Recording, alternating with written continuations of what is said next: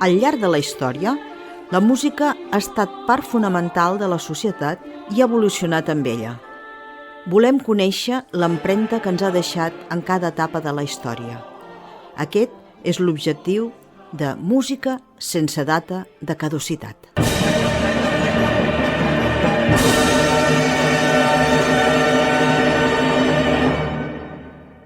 Avui l'impressionisme, Maurice Ravel.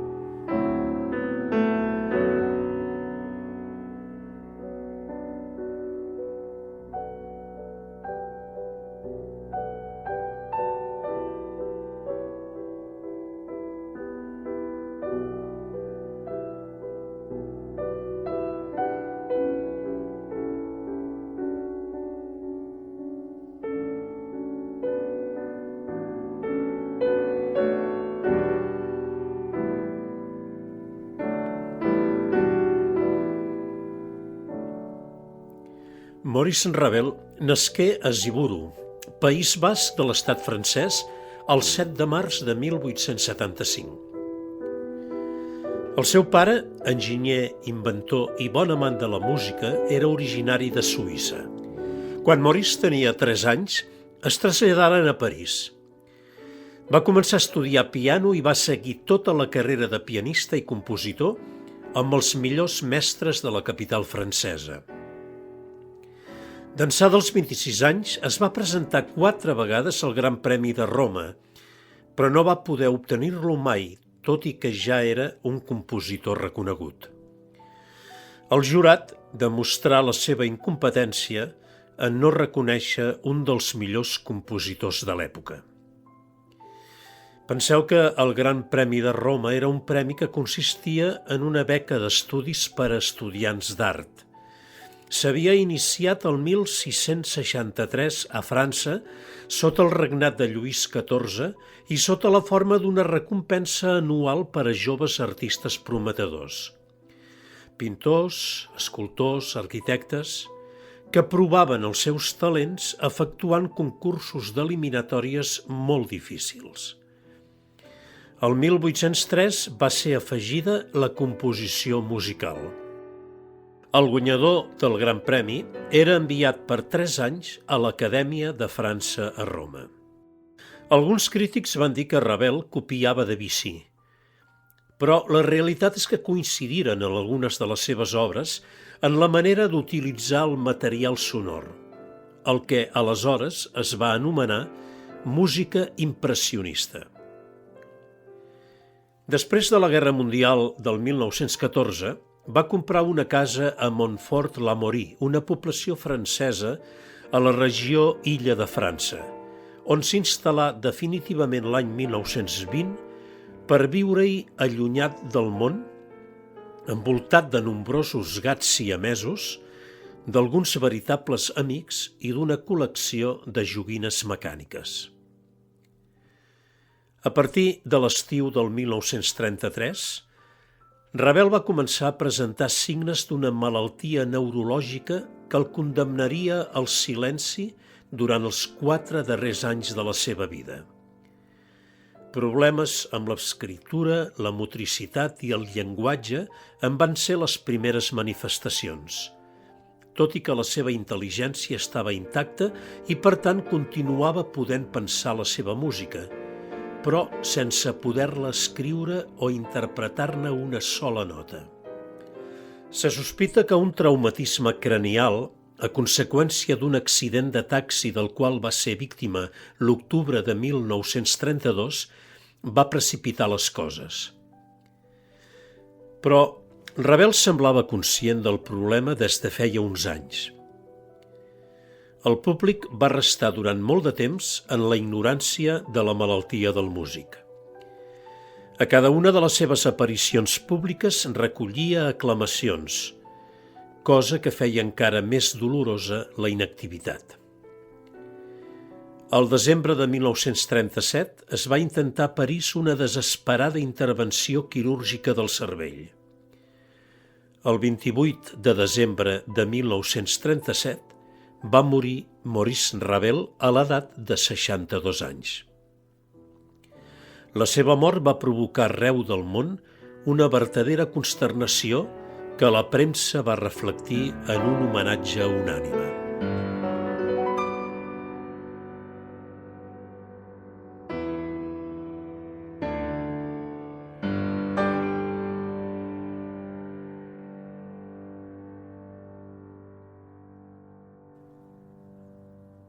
Ravel confessava una tendresa secreta per la infantesa i el món meravellós de la imaginació.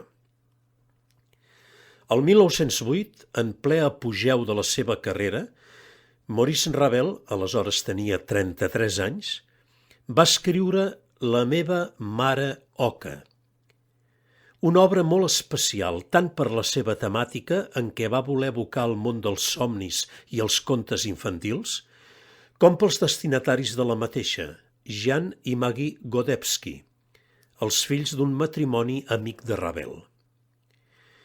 Una obra que des del minut 1 de la seva gestació va estar pensada per als nens, perquè poguessin somiar amb ella i, per què no, tocar-la. Així va ser el dia de la seva estrena, un 20 d'abril del 1910. Nens de 6 a 10 anys, que no eren ni virtuosos ni prodigis, van ser els que es van fer càrrec de la seva interpretació. I nens de 6 a 10 anys tocaven en una orquestra? Seria la pregunta. I la resposta clara i contundent és no.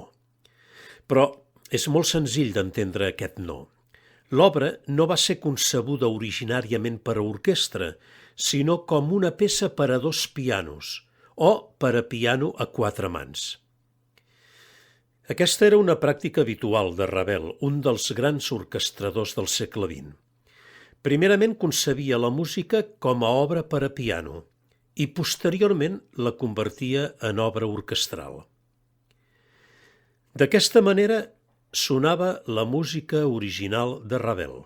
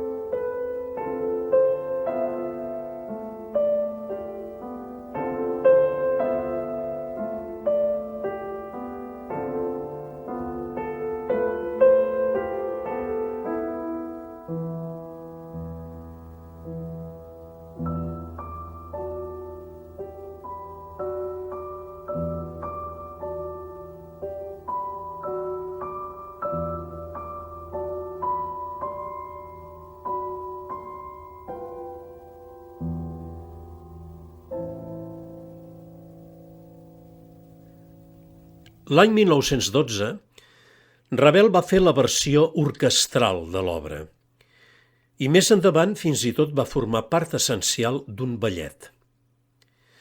El personatge de la mare Oca és com s'anomena a França la típica àvia que tot fent voltar el fus explica rondalles als infants. En aquesta obra, Maurice reflecteix un ambient on tot és adornat al voltant de la fada. L'atmosfera és apelfada i màgica, com fora de temps.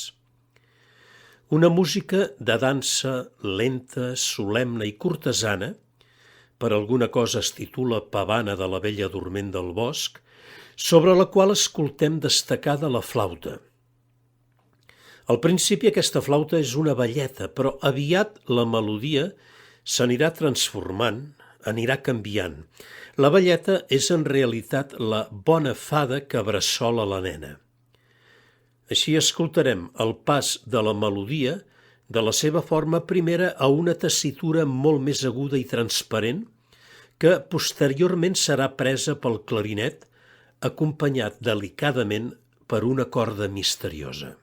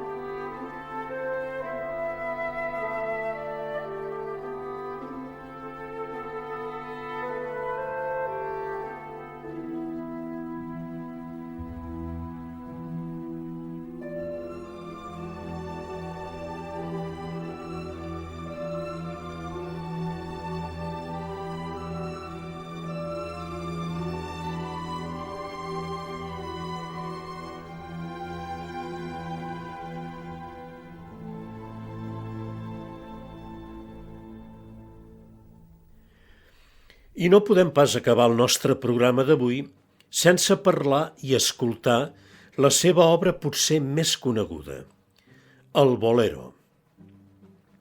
És un magnífic exemple d'orquestració, ja que es tracta d'una mateixa melodia principal repetida una vegada i una altra amb diferents acompanyaments i combinacions. Aquesta melodia comença escoltant-se molt subtil sobre un ritme marcat insistentment per la caixa que no deixarà de repetir durant tota l'obra.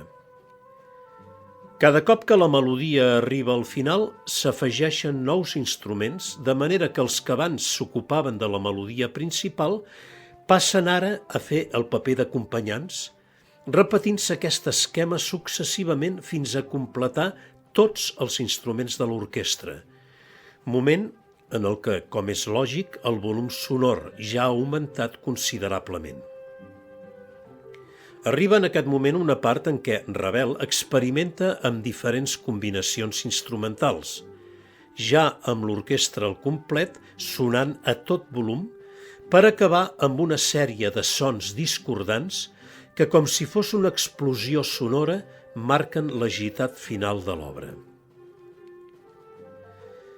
La ballarina Ida Rubinstein li va demanar que compongués una obra per ella, un ballet que volia que fos de caràcter espanyol.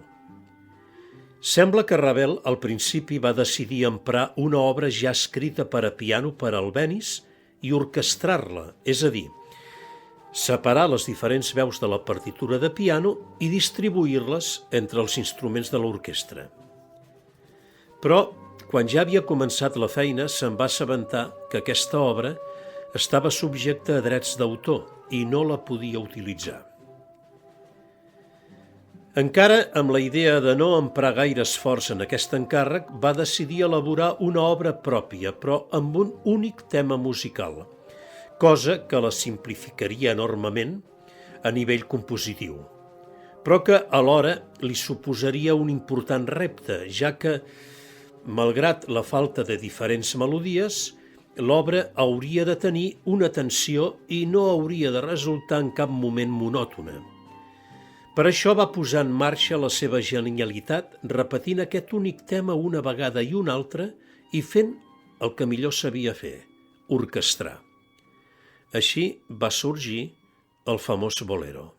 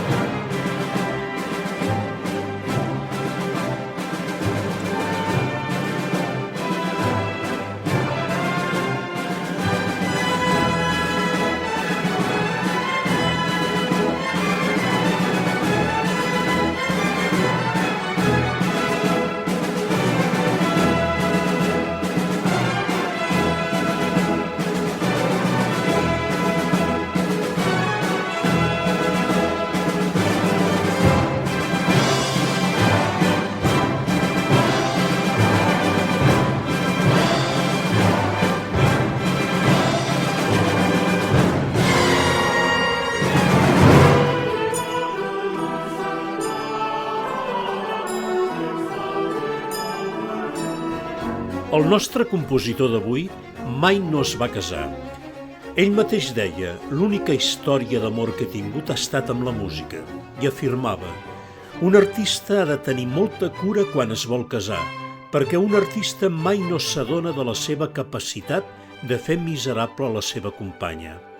Està obsessionat pel treball creatiu i pels problemes que planteja. I això no és cap broma per la dona amb qui viu.